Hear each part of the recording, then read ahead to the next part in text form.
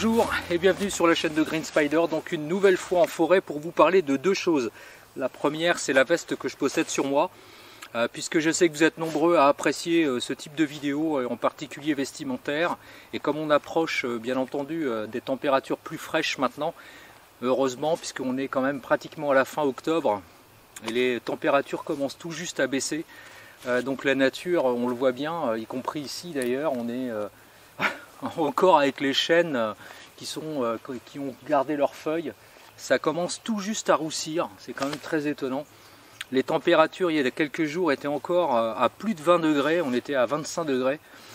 Et puis là aujourd'hui on n'est plus qu'à 10 degrés cet après-midi. Alors c'est quand même assez étrange. Alors on nous parle toujours du principe même du réchauffement climatique, mais on y est en plein dedans. Hein. Donc, mais bon, c'est comme ça, on ne peut plus trop y faire grand chose. Faire marche arrière serait très compliqué, voire peut-être même impossible. Mais enfin, c'est comme ça. Mais quoi qu'il en soit, du coup, on va peut-être avoir besoin de vestes. Alors je vous propose celle-ci qui est de chez Addis. Addis c'est une filiale de chez Toei Équipement, qui propose donc du matériel principalement pour les militaires français. Donc cette veste, elle est en CE, donc entendez par là en Centre Europe. Centre Europe, c'est le coloris que l'on voit, qui est majoritairement, enfin avec 4 couleurs, hein, vert foncé, marron, beige et noir, qui sera bientôt d'ailleurs remplacé l'année prochaine en 2024 par un nouveau coloris. Que je vous laisserai d'ailleurs un lien si ça vous intéresse. L'armée a décidé de moderniser en fait son système de camouflage pour les personnels sur le terrain, de manière à ce que ce soit, on va dire, un camouflage plus conventionnel, qui soit plus homogène en fonction des différents types de terrain qu'il va pouvoir rencontrer. Donc ce type de coloris était en service à partir de 1991. Avant, c'était un autre coloris qui était également un peu typé camouflage. Alors il y avait bien sûr le fameux vert foncé armé que tout le monde connaît. Et avant lui, il y avait également le coloris donc type lézard, qui s'était d'ailleurs singularisé pendant la guerre d'Algérie. L'origine d'ailleurs du système de camouflage tel qu'on le connaît plus ou moins, et notamment le camouflage lézard, c'était donc avec un Français qui l'avait inventé. En 1947, il avait été d'ailleurs adopté par l'armée française, et puis petit à petit il a été amélioré. Donc en fait jusqu'à présent c'était ce type de coloris là, donc le Centre Europe. Et puis l'année prochaine, donc il y aura progressivement un nouveau type de coloris qui sera mis en place, qui tire d'ailleurs plus ou moins, pour ceux qui connaissent, sur ce qu'on appelle le multicam, à ceci près que le nouveau coloris est également avec des formes de branchage un petit peu, de manière à casser, on va dire, la forme, et ce, de manière à pouvoir s'adapter sur le plus grand nombre de terrains, pas uniquement en Europe, mais aussi à l'étranger, puisque les troupes sont développées et déployées sur quand même pas mal de théâtres d'opération, notamment à l'étranger. Quoi qu'il en soit, en tout cas, cette veste-là, donc Centre Europe, est toujours d'actif, est toujours proposée donc chez Tactical Équipement. Je vais vous laisser bien sûr comme d'habitude le lien, comme à l'accoutumée, en bas en commentaire dans cette vidéo pour que vous puissiez aller voir, même si comme je le dis souvent et je le répète, je n'ai aucun partenariat, je le donne juste à titre indicatif, de manière à pouvoir trouver la veste en question. On est sur une soft shell, donc on n'est pas du tout sur le même principe que la dernière vidéo que je vous avais proposée, notamment donc avec la veste Helicontex, la M65, puisque là en fait on est full synthétique, y compris d'ailleurs, alors c'est du polyester mélangé avec un peu d'élastane. Alors le terme exact n'est pas élastane, c'est un autre terme, mais c'est exactement la même chose en fait. Voilà, ça porte le nom en fonction des fabricants, mais c'est la même chose. Donc en fait c'est légèrement élastique, on va dire. Donc il y a 96% de polyester et 4% d'élastane, de manière à donner un peu de flexibilité à l'ensemble. Donc qui dit soft shell dit bien entendu col, dit également capuche qui est amovible, avec des cordons de serrage, y compris d'ailleurs sur le dessus, au niveau de la tête, avec un rebord forme casquette, de manière à bien protéger.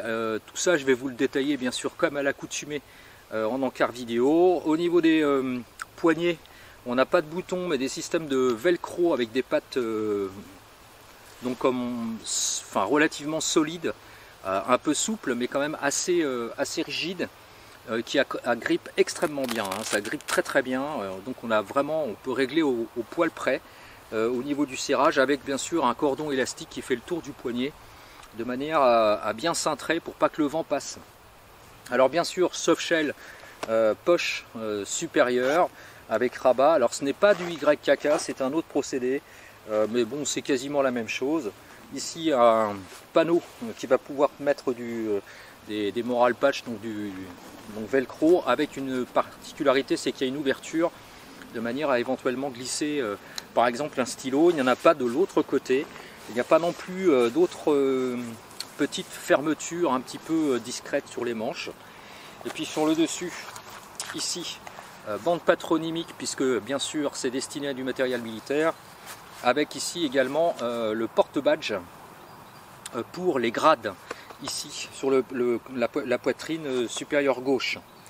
Par contre on a 4 poches en façade. Alors 2 poches devant, comme ceci, où on peut mettre les mains comme ça, de cette manière là, qui sont prévues pour mettre du matériel, qui s'ouvrent vers le haut, et donc enfin vers le bas pardon, et qui se referment vers le haut. Et à l'inverse, celles qui sont en bas sont comme ceci, donc elles s'ouvrent vers le haut et se ferment vers le bas, ce qui permet d'éviter au matériel éventuellement de tomber si jamais on s'agrippe voilà, les fermetures, parce que si ça s'agrippe sur le haut, ça peut descendre plus facilement par la gravité ou autre, alors que là c'est plutôt dans le sens inverse. C'est plutôt pas mal. Des petits rabats pour éviter l'humidité de rentrer, même si les fermetures sont étanches. À l'arrière, pas de gipsière. Système de retour sur le bord ici, juste au niveau de la hauteur des fesses. Et puis bah, c'est à peu près tout. Voilà. Ah oui, si, et bien sûr, comme tout soft shell qui se respecte, système d'ouverture ici avec un filet mèche qui permet bien sûr de ventiler. Et alors quand on marche, on ouvre la fermeture principale ici, et puis ça va permettre de faire sortir, échapper l'air chaud quand il fait trop chaud. À l'intérieur, on va retrouver une poche qui est avec très grande poche, vraiment très grande, qui est prévue normalement pour mettre les cartes et les choses comme ça, mais qu'on peut doubler avec un velcro, ce qui fait que ça va permettre quand même de séparer une partie de la poche. Il n'y en a pas de l'autre côté. Et puis on va retrouver ici bien sûr un système qui permet d'apposer avec le stylo le nom, puisque c'est du matériel militaire, avec la mention donc A10 ici, équipement, qui est donc, comme je l'ai dit, une filiale de chez Toei. Donc grande fermeture, cordon de serrage dans le bas ici sur l'arrière, qui permet de cintrer la veste. Voilà, je pense que j'ai fait le tour. Évidemment c'est doublé avec du polaire à l'intérieur, y compris pour les poches principales de devant, donc ça permet de pouvoir bien se protéger. Les températures, comme je l'ai dit ici aujourd'hui, avec des conditions météo un petit peu particulières, parce que ça alterne, donc ça tombe bien, éclairci, passage nuageux et averse, donc température 10 degrés, pas plus, et avec le vent on ressent un peu moins parfois, en fonction de là où je me trouve en forêt. J'ai un t-shirt en dessous, je n'ai rien d'autre, et j'ai pas froid.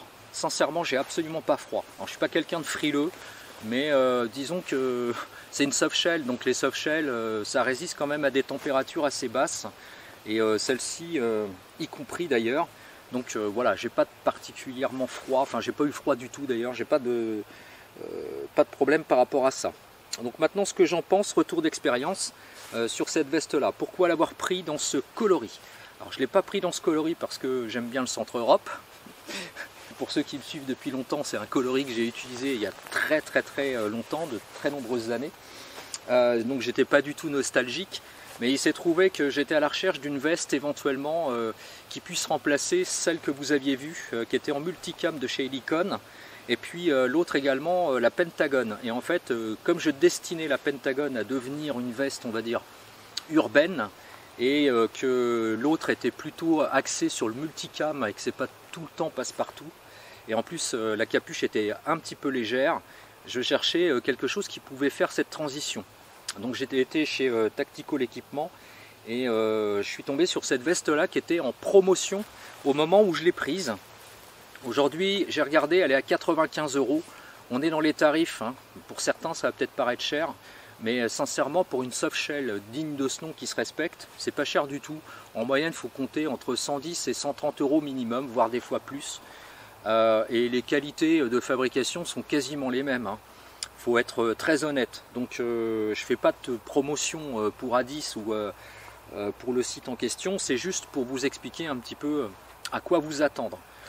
Niveau qualité de fabrication, il n'y a rien à dire. J'étais vraiment surpris, donc je l'ai eu en promo à l'époque, puisque ça fait plus de 2 ans que je la possède, et je l'ai touché à 30 euros. Donc j'étais d'ailleurs complètement effaré quand je l'ai vue. C'est pour ça que je l'ai prise. Alors par contre, il n'y avait pas trop de choix au niveau des tailles. Il y avait soit du S, soit du M. Je vais y revenir d'ailleurs par rapport aux tailles. Donc je l'ai prise comme ça, et en fait je suis pas déçu du tout. Ça fait donc la 2e saison que je fais avec ça. Presque 3 là, puisqu'on va rentrer dans l'hiver très prochainement. Alors bien sûr avec une polaire en dessous, pas de problème, t-shirt polaire et puis le principe des 3 couches, aucun souci, on peut descendre jusqu'à -2, -3 degrés. Franchement j'ai pas eu de problème. Ça résiste très très bien au vent, puisque j'ai pu la tester en bord de mer avec des vents supérieurs à 60 km/h. Pas eu de souci. Au niveau intempéries, une pluie même un petit peu soutenue, à condition que ça ne dure pas non plus des heures, ça pose pas de problème non plus. La capuche protège très très bien, à la fois du vent et de la pluie. Et puis au niveau du froid, comme je l'ai dit, ça pose pas de problème du moment qu'on respecte bien sûr le principe des 3 couches. Donc c'est bien monté. J'ai rien de particulier à dire de négatif concernant cette veste là, sincèrement. Question montage, qualité de finition, etc. J'ai pas eu de problème. Il n'y a rien qui a pété, pas de fermeture. C'est bien fait. Parce que je sais qu'il y a certains qui vont me dire ouais mais taux et équipement, c'est un petit peu du matériel d'entrée de gamme, etc. Ça peut arriver effectivement. Mais concernant donc cette veste là, franchement j'ai rien à dire, hein. Très très bien conçu. Donc je vous la conseille si vous avez envie d'avoir une veste comme celle-ci. Alors le seul problème c'est il n'y a pas trop le choix au niveau du coloris. Et pour revenir dans les tailles, celle-ci c'est une taille donc S. Alors je m'explique, et je sais qu'on m'a posé la question, donc je vais répondre également concernant donc le matériel Helicontex. Aujourd'hui les tailles sont revenues à la hausse, c'est-à-dire qu'avant si on faisait de la taille M ou L, XL, etc. Il y a quelques années, il y a encore 3-4 ans, voire un peu plus, ça posait pas de problème, on tombait parfaitement dans notre taille. Aujourd'hui ils ont revu la hausse de leur taille, c'est-à-dire qu'ils se sont alignés plus ou moins sur les tailles américaines, parce qu'en fait les gens grandissent en fait, et du coup automatiquement, ou alors deviennent un peu plus corpulents, et automatiquement donc les tailles qui étaient jusqu'alors S deviennent presque du M, XS du S, et XXS ça existe pour du S. Voilà, donc en fait il faudra que vous jaugiez par rapport à ça. Donc là moi j'ai perdu un peu de poids. Aujourd'hui je fais plus que 64 kg pour 1m75, donc c'est un peu léger, je le reconnais, mais il a fallu que je perde un peu de poids. Et donc du coup j'avais pris cette veste là et ça me va parfaitement. Mais comme on peut voir, au niveau de la taille, de la dimension des bras, j'ai pas de problème, hein. C'est à dire que c'est du S, mais j'ai comparé d'ailleurs avec la Pentagon en M et la dimension est exactement la même. Comme quoi il faut faire attention, donc je ne saurais que trop vous conseiller d'y réfléchir. Alors par contre c'est légèrement plus cintré forcément que si c'était du M, c'est-à-dire que quand on prend du M c'est un peu plus lâche. Là c'est du S, donc voilà, c'est un peu plus près du corps, hein. Je vous montre un petit peu ce que ça représente pour que vous ayez une idée. Donc c'est un petit peu plus près du corps. Si on met une polaire en dessous, ça passe sans problème. Je l'ai dit, même avec un col, on peut fermer en haut, ça posera pas de problème. Par contre si vous mettez quelque chose de vraiment épais, pensez pas par exemple à prendre une Patriote. Bon, je sais que normalement je pense à ça, hein, parce que certains m'ont posé la question. Si vous prenez la veste polaire Patriote de chez Helicontex, qui est destinée d'ailleurs à être une veste qui peut se mettre en dessous, au-dessus d'un t-shirt et rajouter une chauffe-selle par-dessus, n'y pensez même pas avec celle-ci, ça passera jamais. Ça c'est clair parce que j'ai fait le test, hein, j'ai une Patriote, ça passe pas, c'est beaucoup trop épais. Voilà. Mais sinon, voilà, si vous aimez quelque chose d'à peu près cintré, que vous aimez bien quelque chose de cintré, et que vous faites habituellement du M, prenez du S. Si vous faites du L, je pense que vous pourriez vous orienter sur du M, à condition que vous ne soyez pas trop corpulent. Au niveau abdominal, évidemment. C'est toujours un peu la problématique. hein, en fonction du poids. Mais globalement, c'est pour ça que je vous en reparle, et c'est pour ça que j'avais fait la même chose avec Helicon, parce que j'avais eu une mauvaise surprise en prenant une veste Helicon qui était une softshell. C'était la Gunfighter, et je l'avais pris en M, et elle est trop grande. Voilà, elle est trop grande, même au niveau des manches, ça fait un gros pli là. Ici, c'est trop lâche.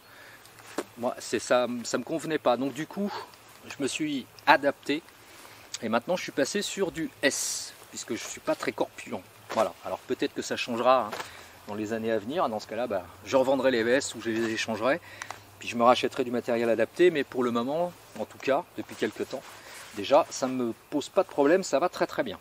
Donc voilà pour la veste donc de A10 de chez Toei Équipement. Donc pour moi une bonne affaire, c'est une veste qui tient la route. Maintenant je vais passer sur autre chose, je vais vous montrer, puisqu'on m'a demandé aussi de parler de ce que j'avais au niveau chaussures, et ce que j'utilisais en règle générale. Alors concernant les chaussures, ça c'est ma deuxième paire de chaussures de chez Soloniac, c'est la Cross Hunt. Qui est proposé chez Soloniac, donc rayon chasse et pêche, et notamment plutôt chasse que pêche d'ailleurs. Et donc c'est une paire de chaussures qui est prévue avec du système Novadry. Alors pour ceux qui ne connaissent pas, le système Novadry, c'est ce qui rend en fait les chaussures étanches. En tout cas, attention, étanches, pas vraiment, imperméables. Je tiens à le préciser. C'est-à-dire qu'en fait, il y a une double membrane hein, ici qui permet normalement de mettre de l'eau, pouvoir traverser éventuellement avec de l'eau jusqu'ici. Bon, c'est ma deuxième paire. Pourquoi la première, je l'ai gardée pratiquement 4 ans. Par contre, elle était complètement bouffée au niveau du talon parce que j'avais fait beaucoup de marches et notamment de la randonnée assez importante, à la fois mixte, c'est-à-dire en forêt, et sur des chemins caillouteux et donc de la pierre et également du bitume. Et en fait j'avais bousillé le talon et il finissait par y avoir des trous. Donc l'amorti c'était fichu. Par contre l'intégrité de la chaussure elle-même, elle était intacte. Donc il faut en avoir connaissance. À mon sens, alors quand Soloniac vous dit, Decathlon donc, que ce sont des chaussures qui sont prévues pour résister à la végétation abrasive, c'est tout à fait vrai. C'est-à-dire que si vous rentrez dans des ronces et des choses comme ça, ce que j'ai pour habitude de faire d'ailleurs dans les parcelles, je n'ai pas de problématique avec ça. Je n'ai jamais eu ni de déchirement, les lacets sont d'origine, celle-ci c'est une paire que j'ai depuis plus d'1 an. Alors je m'en sers principalement fin été jusqu'à on va dire début janvier. Donc pour être très honnête, de fin août, septembre, octobre, novembre, décembre, je m'en sers 5 mois. Et je ne prends que ça. Et je n'ai pas de problème. Bon, même si je voulais expliquer le principe du talon là. Alors au niveau par pierre, ça résiste très très bien. Sur le devant, alors c'est un peu plus souple, mais c'est pareil, ça résiste quand même bien. Aucun décollement, que ce soit sur ce modèle là ou le modèle précédent que j'avais. Aucun souci, les lacets sont d'origine, ça n'a jamais pété. Les œillets ne pètent pas et pourtant ça m'arrive très fréquemment d'avoir des torsions de pied. Donc c'est une paire de chaussures qui pour moi tient la route pour le tarif. Alors le tarif c'est quoi? C'est 75 €. Donc c'est pas non plus excessif au niveau chaussures. Alors je sais, il y en a qui vont me dire oui mais quand tu fais de la randonnée normalement il faudrait que tu prennes des chaussures adaptées, alors il y a d'autres marques etc. Je sais. Ceci étant, moi je suis en forêt principalement, donc j'évolue sur du terrain qui est plutôt meuble, parfois avec des cailloux, des rochers, des choses comme ça, mais c'est occasionnel. Et quand je me rends d'un point A à un point B, j'utilise un chemin forestier qui est très court, généralement une centaine de mètres. Donc je n'utilise plus ces chaussures que pour ce procédé-là. J'ai pas de problème. Voilà, j'ai aucun problème. Je suis passé dans l'eau, alors je le dis quand même, c'est imperméable et non pas étanche. Je suis déjà passé dans de l'eau avec de l'eau jusqu'ici, dans des ruisseaux. C'est déjà arrivé que ça passe à travers, alors que la membrane remonte jusque ici, on peut le voir. Mais c'est déjà arrivé que l'eau arrive à passer au-dessus. Bon. Ceci dit, si vous mettez cette paire de chaussures là, avec des guêtres, et j'en avais déjà parlé avec la paire de chez Helicontex, alors là vous êtes tranquille. Honnêtement, j'ai déjà fait, hein, je suis déjà allé avec de l'eau jusque là, pour essayer, hein, pour tester, sincèrement, et l'eau n'est pas passée avec les guêtres, hein, j'entends. parce que c'est des guêtres qui sont en cordura, qui sont assez serrées, et en fait ça permet d'éviter que l'eau s'infiltre. Bon, maintenant, il ne faudrait pas tester non plus sur plusieurs jours. Au niveau conditions, quand il pleut et que c'est soutenu, qu'on est en forêt, et d'ailleurs on récupère beaucoup plus d'eau au sol que quand il pleut sur nous. Et quand la végétation est très épaisse et qu'il y a beaucoup d'eau, passer 3 heures en forêt, ça arrive que j'ai le pied mouillé. Alors sur le dessus principalement. Alors j'ai déjà imperméabilisé, bon, à plusieurs reprises parce que ça demande de l'entretien. Bon, pas des moustiques. Incroyable. Pas de problème particulier, mais bon, à un moment donné quand même, ça souffre un peu, hein. C'est-à-dire que l'eau elle arrive à passer, alors sans doute ici, alors je sais pas par où exactement, peut-être que ça s'infiltre par les coutures ou je sais pas. Bon, alors ça veut dire que il faut quand même imperméabiliser ça assez souvent et puis il faut en prendre soin. Ceci dit, pour le reste, j'ai pas de problématique particulière, on peut le voir, hein, les chaussures, voilà, la semelle tient parfaitement, c'est parfaitement soudé, ça s'ouvre pas, c'est confortable. Une fois que c'est fait, alors ça demande d'être fait en quoi, allez, une journée, un grand max. Une fois qu'on les a portées sur soi, les chaussures, je dis pas que c'est des chaussons, mais quasiment quoi. Donc le pied souffre pas, j'ai pas d'ampoule et Dieu sait que bon, je marche beaucoup en forêt quand même, hein, énormément. Mais je n'ai pas de problématique, et surtout sur du terrain, comme vous le savez, assez accidenté, parce que ici ça monte, ça descend en permanence, ça peut être parfois compliqué, enfin bon. Donc voilà, et au niveau crampons, ça résiste très très bien, ça accroche bien. Alors dès qu'on est sur des trucs un peu lisses, bon bah forcément, avec de la mousse, comme ici par exemple, bah là ça va glisser, ça c'est logique, parce que les crampons ne sont pas vraiment prévus pour ça, ils sont prévus pour accrocher au sol. Mais au niveau sol, aucun problème. J'ai pas de problème particulier. Mais je le dis et je tiens à le rappeler, ce ne sont pas des chaussures qui sont prévues pour aller marcher sur du bitume ou alors sur de la randonnée en montagne ou des choses comme ça. Abandonnez l'idée tout de suite, hein, évidemment. C'est pas fait pour ça. C'est fait pour être en forêt avec des végétations assez abrasives et notamment des ronces. Ça m'arrive très fréquemment et alors là, franchement, aucun problème avec ça. Donc, si c'est pour cet usage-là, en forêt, en mi-saison, fin août jusqu'à fin décembre, à condition bien sûr qu'il n'y ait pas de neige, enfin là ça devient de plus en plus rare, hein, la neige, on court après presque, aucun problème. Même s'il fait froid, avec des températures de -1, -2, je l'ai déjà vu, une paire de chaussettes assez épaisse, et ça passe sans problème. Donc voilà, au final, une paire de chaussures qui est quand même assez résistante pour le prix. Même si c'est ma deuxième paire, la première elle m'a duré 4 ans, mais je l'ai dit en début de vidéo, bon j'ai fait un peu des bêtises, et aujourd'hui là c'est ma deuxième paire en 1 an et demi quoi, et celle-ci résiste quand même mieux parce que j'y fais plus attention, en tout cas je fais attention où je vais. Voilà pour donc la paire de chaussures.